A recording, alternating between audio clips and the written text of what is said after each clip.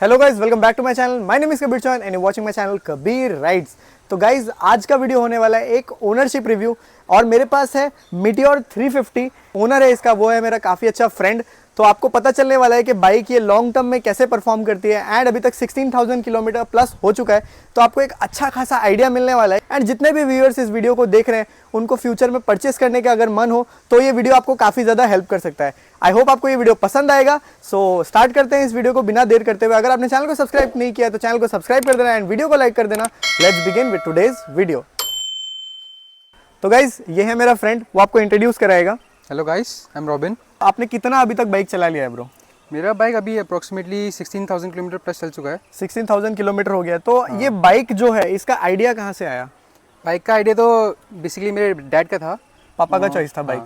उनको ये वाला बाइक चाहिए था, तो मेरे को तो स्टार्टिंग में ये वाला बाइक नहीं चाहिए था। हाँ। लेकिन मेरे को डैड को चाहिए था, इसलिए मैंने ये वाला बाइक चूज़ किया लास्ट में। तो प्रेफरेंसेस के हिसाब से अगर मैं पूछा जाऊँ तो तुम्हारा फर्स्ट प्रेफरेंसेस क्या था इस बाइक को लेके? मतलब ये बाइक फर्स्ट प्रेफरेंस में क्यों आया? जैसे पापा ने बोला सिर्फ इसलिए आया, या बाइक के पीछे और भी कुछ चीज़ था जो तुमको टूरिंग कैपेबिलिटी था, या फिर इसका सीटिंग कंफर्ट एक फैक्टर बना जो उस चीज़ के लिए एग्री कर गया तुमको? क्या था वो? बाइक का मेन चीज़ मैं आपको बोलूँगा तो आई गेस कंफर्ट मेन चीज़ आएगा इसमें, क्योंकि मैं ट्रैवलिंग थोड़ा बहुत करता हूँ, ज़्यादा तो नहीं बोलूँगा लेकिन करता हूँ। उसके हिसाब से बहुत कंफर्टेबल बाइक है ये, तो उसके लिए एक प्रेफरेंस था मेरे लिए। अच्छा। क्योंकि स्टार्टिंग में पहले हिमालयन लेने वाला था, लेकिन हिमालयन से फिर आई केम टू दिस।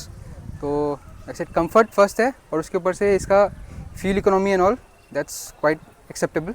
आरी चूज़ करना एक क्यों फैक्टर बनता है?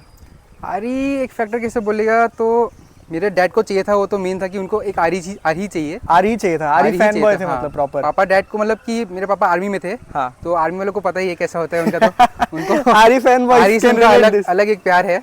हाँ। तो उसके हिसाब से एक आरी तो चाहिए था और ऊपर से आरी का एक अलग फील है। तो ये हमारा पहला पॉइंट था जो कि एक ओवरव्यू था टोटल के राइडर को बाइक चलाने में फील कैसा आता है। अब मेरा नेक्स्ट सवाल होने वाला है सीटिंग कंफर्ट को लेके एंड आगे जितने भी पॉइंट्स होने वाले हैं वो बाइक के एक सेगमेंट के ऊपर बात होंगी। तो हम लोग पहले बात करते हैं सीटिंग कंफर्ट के ऊपर। तो ब्रो, बाइक को किस लिए यूज करते हो? मतलब डेली यूज में किस पर्पस के लिए यूज करते हो एंड तुमको पर्सनली राइडर सीट कैसा लगता है? मैं बाइक मेनली तो कॉलेज जाने के लिए यूज़ करता हूँ and normally day to day use के लिए, लाइक अगर कहीं बाहर जाना हो तो, या फिर फ्रेंड्स के साथ घूमने जाना हो तो मेन उसके लिए यूज़ करता हूँ। और इसका सीटिंग कंफर्ट आउट से बहुत अच्छा है, मतलब बहुत कंफर्टेबल है। आप इसको लेके लॉन्ग टूर पे जाना चाहो या फिर अगर नॉर्मल सिटी राइड पे भी जाना चाहो तो इट्स वेरी कंफर्टेबल। मेरा घर से college is approximately 18 kilometres. 18 kilometres का अप एंड 18 किलोमीटर्स का डाउन।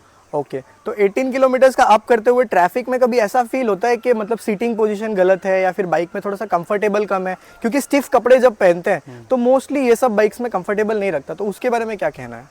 नहीं, आई वुड से मेरा बाइक तो काफ़ी कंफर्टेबल है उसके हिसाब से। हाँ। कि मैं कॉलेज का यूनिफॉर्म पहन के भी जाता हूँ तो I don't feel any discomfort. Okay. बहुत कंफर्टेबल है उसके हिसाब से। और सिटी राइड में भी अगर आप इससे यूज टू हो जाओ एक बार तो it's very comfortable for you. It's very comfortable. Okay. और मैं साथ में पिलियन सीट के बारे में बात करूँ, तुमने पर्सनली अपने बाइक पे एज अ पिलियन कभी ट्रैवल किया है तो कैसा फील होता है बाइक का? पर्सनली उससे पिलियन सीट भी बहुत कंफर्टेबल है और मेरे पीछे जितना भी आज तक पिलियंस बैठे हैं एवरीवन हैज सेड कि इसका पिलियन सीट बहुत कंफर्टेबल है बाकी बाइक से कंपैरिजन में। तो इट्स वेरी कंफर्टेबल अकॉर्डिंग। तो जैसा मैंने देखा भाई ने बैक रेस्ट भी लगा के रखा हुआ है। बैक रेस्ट क्यों लगाया? लाइक बैक रेस्ट तो जब इसको परचेज किया था उसके साथ ही पापा ने लगवा दिया था, बिकॉज मेरे फैमिली में सबको बैक का थोड़ा इशू है। हाँ। तो उसके लिए थोड़ा कंफर्ट के लिए इसको लगाया था। एंड अभी भी अगर लॉन्ग ट्रैवल के लिए मैं किसी के साथ जाता हूँ अपने फ्रेंड्स के साथ तो उसमें भी लॉन्ग ट्रैवल में बैक रेस्ट की वजह से उन लोग को बहुत कंफर्टेबली रहता है। They don't feel any discomfort. तो बैक रेस्ट जब लगा होता है बाइक में, आपके अगर पीठ पे बैग भी है तो साथ में आपको एक छोटा सा सपोर्ट मिल जाता है। तो लॉन्ग टूर कर रहे हैं अगर आप 30-40 किलोमीटर्स भी इनर स्ट्रेच कर रहे हैं तो काफ़ी ज़्यादा कंफर्टेबल पोजीशन हो जाती है। और अगर मैं आपसे कुछ स्पेसिफिक पूछना चाहूँ, जैसे अगर पिलियन बैठता है तो दोनों के बीच में सीटिंग गैप कितना रहता है एंड क्या राइडर के लिए भी वो कंफर्टेबल है जब पिलियन बैठता है, या फिर जब एक सोलो राइडिंग करते हैं तो ही ज़्यादा बेटर है बाइक? आप पिलियन के साथ भी बैठोगे तो it's very comfortable for you. बीच में काफ़ी इनफ गैप है। हाँ। तो आप दोनों कंफर्टेबली आराम से बैठ सकते हो। As I can see bike का जो राइडर सीट है वो थोड़ा सा स्लाइटली नीचे है एंड जो पिलियन सीट है वो हल्का सा स्लाइटली ऊपर है। वो 1 इंच का या 1.5 इंच का डिफरेंस होगा।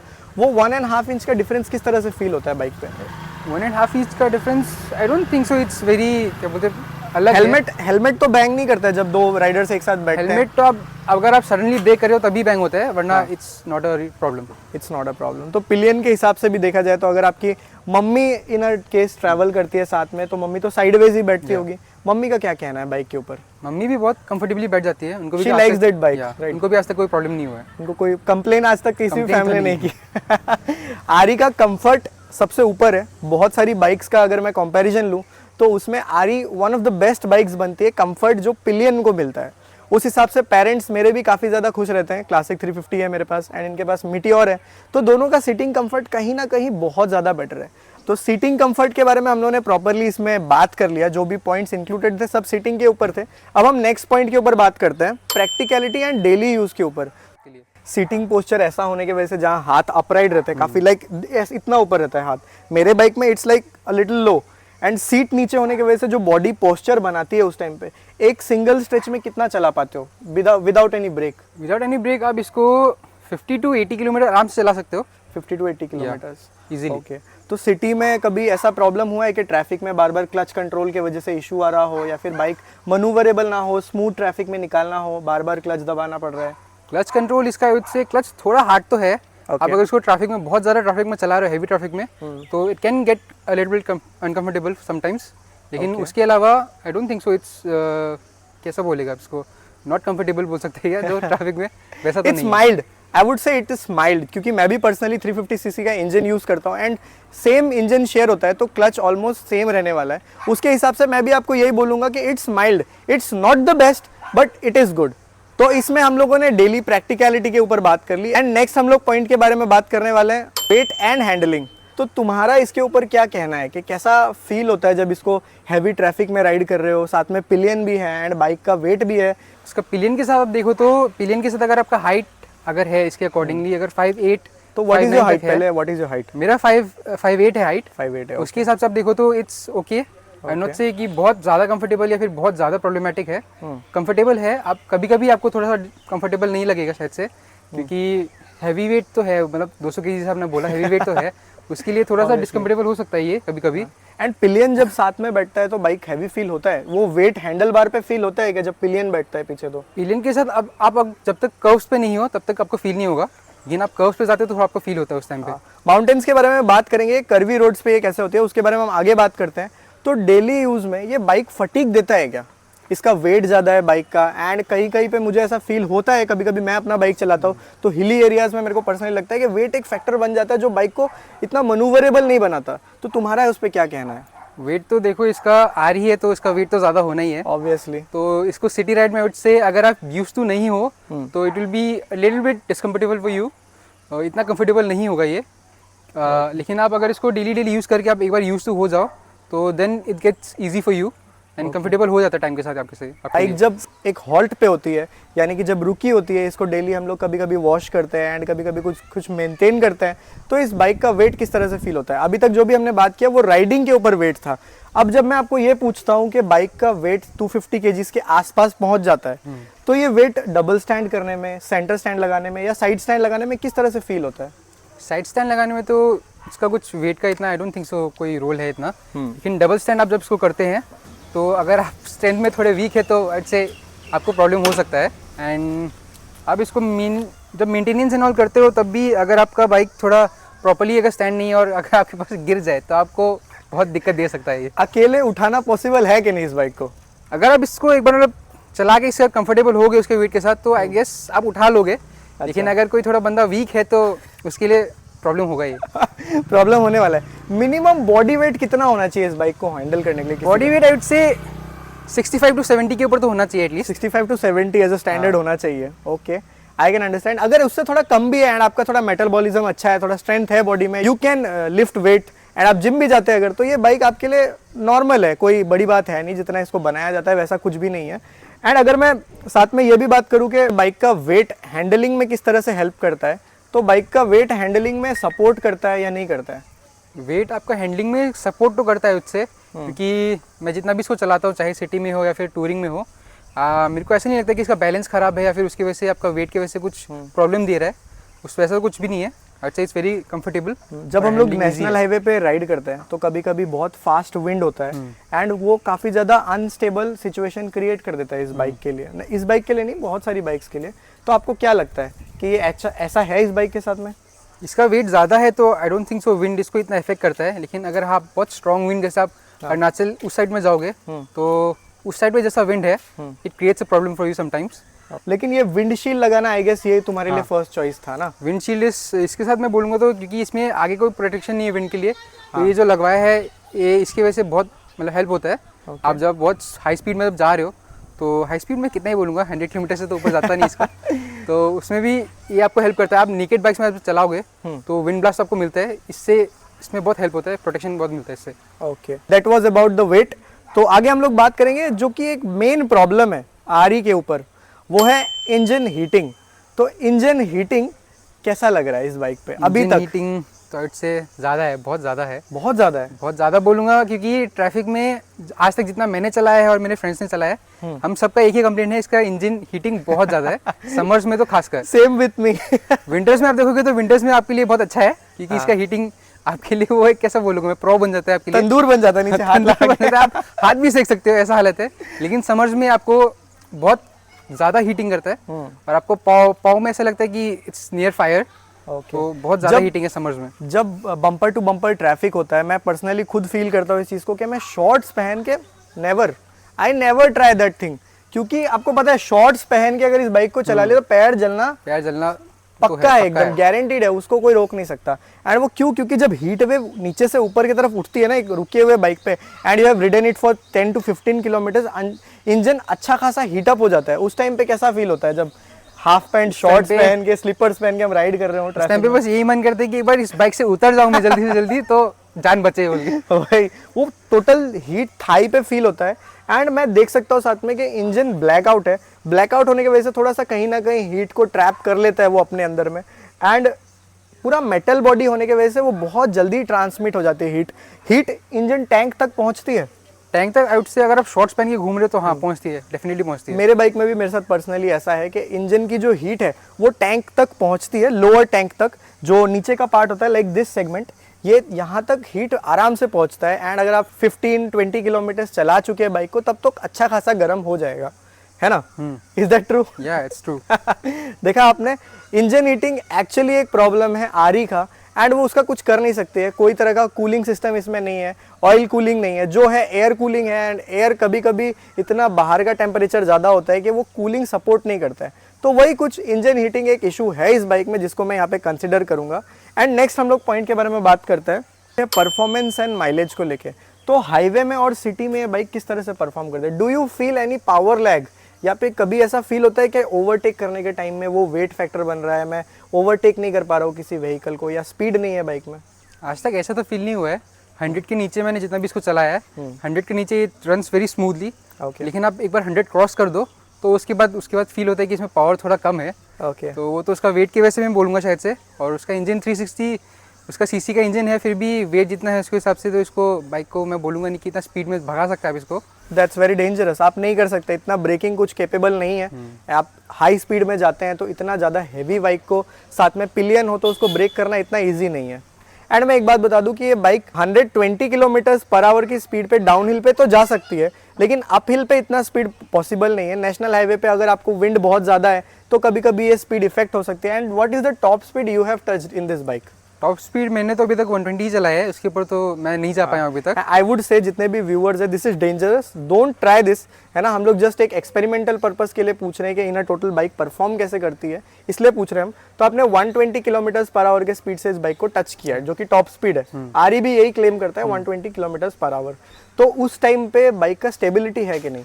बाइक का स्टेबिलिटी तो है, लेकिन फिर भी हैवी बाइक है तो आपको थोड़ा डर तो लगता है। और वाइब्रेशन थोड़ा फील होता है उस टाइम पे, वाइब्रेशन फील होता है उस टाइम पे थोड़ा वाइब्रेशन फील होता है तो थोड़ा डर भी लगता है कि अगर थोड़ा सा डिसबैलेंस हुआ तो आप गिर सकते हो and you can get seriously injured. For braking do you use engine braking, या आप किस तरह से बाइक को ब्रेक करते हैं उस टाइम पे, कैसे स्लो डाउन करते हैं? आप अगर आरई ऑन करते हो तो आपको इंजन ब्रेकिंग जानना बहुत जरूरी है, बहुत जरूरी बिकॉज इसका ब्रेक्स आई से कि बहुत इतना अच्छा हाई क्वालिटी का है, तो इंजन ब्रेकिंग आपको बहुत जरूरी है। आप अचानक से आपके सामने कुछ आ जाए और आपने अगर इंजन ब्रेकिंग यूज़ नहीं किया तो आपके गिरने के चांसेस बहुत ज़्यादा है। ऑब्वियसली ये बहुत ज़्यादा प्रैक्टिकल पॉइंट बनता है इस बारे में जिसने भाई ने बताया, क्योंकि इंजन ब्रेकिंग अगर आपको यूज़ करना नहीं आता है एफिशिएंटली तो आप शायद इस बाइक को अच्छे से स्लो डाउन नहीं कर पाएंगे। जितने भी प्रो राइडर्स हैं, जितने भी हमारे प्रोफेशनली राइड करते हैं, वो इस चीज़ को समझते हैं कि इंजन ब्रेकिंग का इंपॉर्टेंस कितना ज़्यादा है।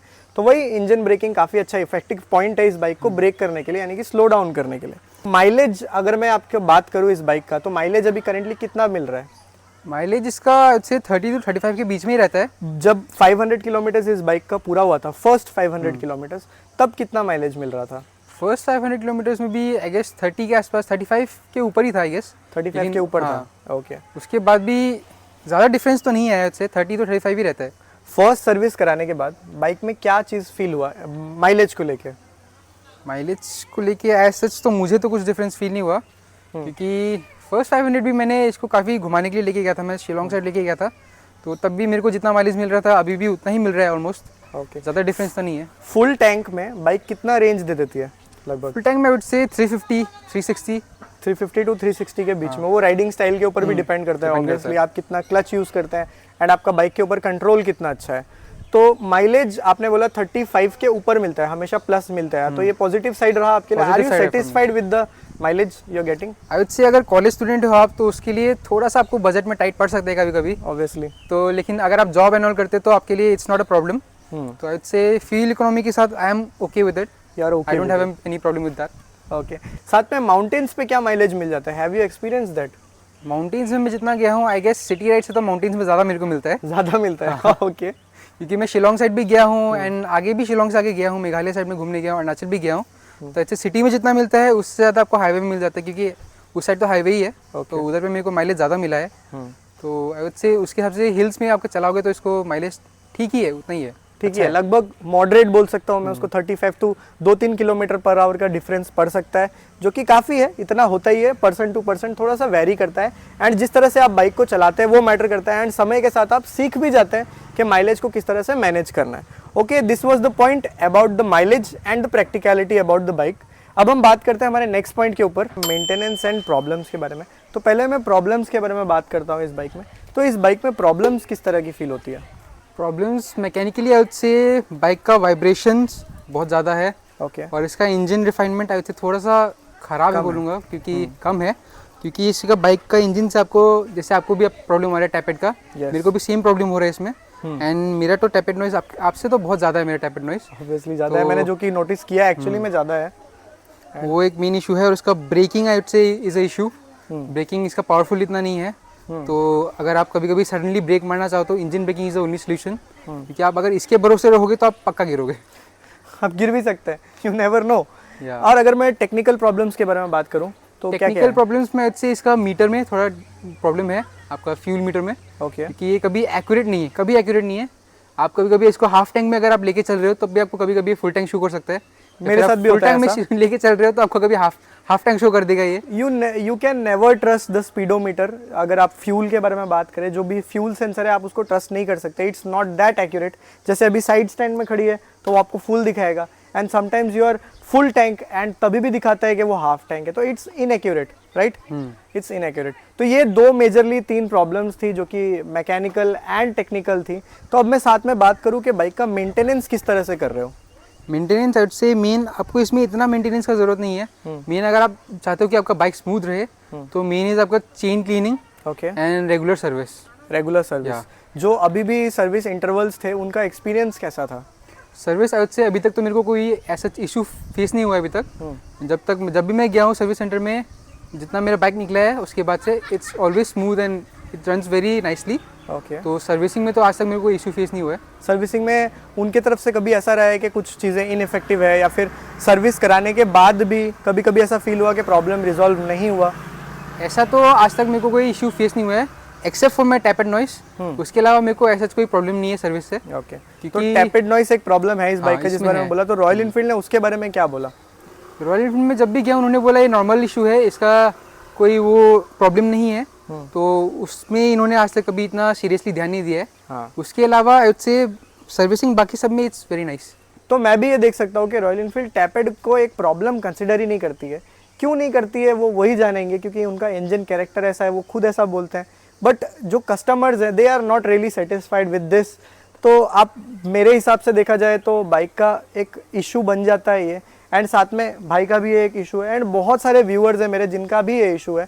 तो इस बारे में मैं एक वीडियो लेके आने वाला हूँ वेरी सून, जिसके बारे में मैं प्रिपेयर कर रहा हूँ एंड कॉन्टैक्ट कर रहा हूँ लोगों से। तो आई थिंक कि वो आपको वीडियो काम आएगा, तो वेट करना उस वीडियो के लिए।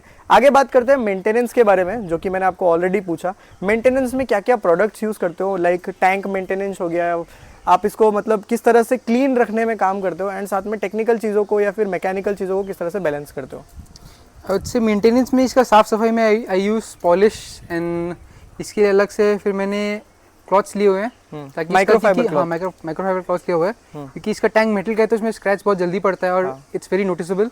यस, तो उसके लिए इसका टैंक एंड उसके बाकी बॉडी पार्ट्स के लिए उसको अब माइक्रोफाइबर से ही करो तो अच्छा है। और बाकी इसका चेन मेंटेनेंस के लिए आई हैव टेकन क्या बोलते हैं मोटूल का lube and cleaning set. Okay, तो आई यूज़ दैट। चेन आपको इसको मेंटेनेंस बहुत ज़रूरी है क्योंकि चेन के स्प्रॉकेट्स बहुत जल्दी ख़राब होता है अगर इसको मेंटेन ना करो तो। Yes definitely. एंड आप उसको चेन स्प्रॉकेट आप मेंटेन नहीं कर रहे हो तो टूटने के बहुत ज़्यादा चांसेस है, तो उसमें आपको फिर मोटा खर्चा पड़ जाएगा। चेन सेट पूरा चेंज करना पड़ेगा, एंड साथ में हो सकता है कि अगर आपका चेन का स्प्रॉकेट खराब है तो वो भी चेंज करना पड़े, तो ये एक इशू बन जाता है। तो चेन क्लीनिंग घर पे करते हो खुद से? चेन क्लीनिंग हाँ मैं मोस्टली घर पे ही करता हूँ, और क्योंकि इसका चेन को क्लीन करना भी काफ़ी इजी है, पार्ट्स जो इसका आगे का पार्ट है वो भी आराम से निकल जाता है। हाँ। तो उसके बाद इसको चेन को क्लीन करना और ल्यूब करना काफ़ी इजी है, तो घर पे कर लेता हूँ मैं मोस्टली। ओके, तो घर पे chain clean and chain lube आराम से हो सकता है। अगर आप रिफर करना चाहते हैं मेरे एक वीडियो को तो लिंक डिस्क्रिप्शन में है, चेन क्लीनिंग को लेके आप वो वीडियो देख सकते हैं। उसमें मैंने प्रॉपर गाइड किया है कि आप किस तरह से चेन क्लीनिंग आरी का करने वाले हैं। चाहे आपके पास कोई भी बाइक हो, आप वो वीडियो आपको बहुत ज़्यादा हेल्प कर सकता है। तो मेंटेनेंस काफ़ी ज़्यादा हार्ड नहीं है ना, ओके, इट्स अफोर्डेबल, काफ़ी अफोर्डेबल है मेंटेनेंस। तो आपको इतना कुछ ज़रूरत नहीं है सामान एक्स्ट्रा लेने का या फिर कुछ करने का। जो मेन बेसिक सामान आपको चाहिए जैसे चेन लूब हो गया, चेन क्लीनर हो गया and polish and that's a basic need, वो तो चाहिए तो होगा। बेसिक आपको हर बाइक में चाहिए होता है, हर बाइक में बस वही है और कुछ नहीं है। ओके, तो अब इन अ सॉलिड बेस हम लोग ये पूछते हैं कि बाइक का प्रोज एंड कॉन्स क्या है। सबसे पहले हम लोग बात करेंगे बाइक के प्रोज के बारे में। तो आपका बाइक का प्रोज के बारे में क्या कहना है? बाइक का main pros I would say it's comfort, okay that's the first thing. And second thing I would say इसका रोड अटेंशन बहुत ज़्यादा है। ओके, तो अगर मैं इसको कभी भी सिटी राइड में लेके जाता हूँ, when I stop in traffic या फिर सिग्नल्स पे जब मैं रुकता हूँ, तो लोग मेरे से पूछते हैं इस बाइक के बारे में कि आपने कितने में ली है एंड कहाँ से ली है, and bike looks very nice and all बोल के। तो रोड प्रेजेंस तो बहुत अच्छा है इसका, तो comfort and road presence I would say the biggest pros. And thirdly I would say इसका मेटल फिनिश जो है वो काफ़ी अच्छा लगता है, प्रीमियम लगता है, तो वो भी एक आई वुड से I would count that in pro. Okay, जब हम बाइक को धूप में रखते हैं, this bike looks so refined in the colour scheme. And साथ में मैं ये भी बोलूँगा कि बाइक के जितने भी कलर्स आते हैं उनमें से सबसे ज़्यादा ब्यूटीफुल कलर अभी तक तो मेरे को पर्सनली यही वाला लगता है, and that's a very good choice है ना कलर को लेके। तो ये कलर काफ़ी ज़्यादा रिफाइंड लगता है देख के, एंड पेंट क्वालिटी भी बाइक का बहुत ज़्यादा अच्छा है। आपको कभी ऐसा फील हुआ है कि पेंट कहीं कहीं से छूट रहा हो या शाइन नहीं है पेंट में? आज तक ऐसा कुछ भी फील नहीं हुआ है। The paint is very good, very nice, और इसको मेंटेन करना भी इजी। माइनर स्क्रैचेस से कभी पेंट जाता है? माइनर स्क्रैचेस से नहीं, आप अगर इसको पॉलिश कर दो तो स्क्रैचेस, माइनर स्क्रैचेस इतना नोटिसेबल नहीं दिखता है। ओके, हाँ, लेकिन अगर आप कभी इसको डेंट या फिर कुछ लगा दो तब आपको दिख सकता है वो, तब दिख सकता है। ओके, तो ये हम लोग ने प्रोज के बारे में बात की, एंड साथ में पेंट के बारे में भी हमको बाइक का पता चल गया। एंड अगर मैं आपको कॉन्स के बारे में पूछूं तो बाइक का कॉन्स में क्या क्या चीज़ काउंट करोगे? कॉन्स में उससे इसका वाइब्रेशन, ओके, वाइब्रेशन एक है, ब्रेकिंग एक है, ओके, एंड आप अगर सिटी राइड में देखो आई वुड से कभी कभी आपको वेट फील हो सकता है, वेट फील तो वो एक कॉन हो सकता है आपके लिए। और बाकी जो मैंने एक लास्ट पॉइंट बोलूँगा इससे द टैपेड नॉइस, टैपेड नॉइस, ओके, उसको एक बोल सकता हूँ। तो ये थे हमारे बाइक को लेके प्रोज एंड कॉन्स। तो आई होप आपको एक क्लियर व्यू मिलता होगा बाइक को लेके कि एक ओनर 16,000 किलोमीटर प्लस चलाने के बाद में बाइक के ऊपर क्या कहना है उनका। So that was real nice, जितने भी आपने पॉइंट्स बताए काफ़ी ज़्यादा क्लियर थे। अब मैं लास्ट पॉइंट के बारे में पूछता हूँ जो कि काफ़ी ज़्यादा वैलिड पॉइंट होने वाला है आपके तरफ से भी एंड मेरे तरफ से भी, एंड जितने व्यूअर्स देख रहे हैं उनको एक क्लियर व्यू मिलेगा इस बारे में। तो बाइक को खरीदना एक चॉइस क्यों है, एंड ना खरीदना क्यों एक चॉइस है?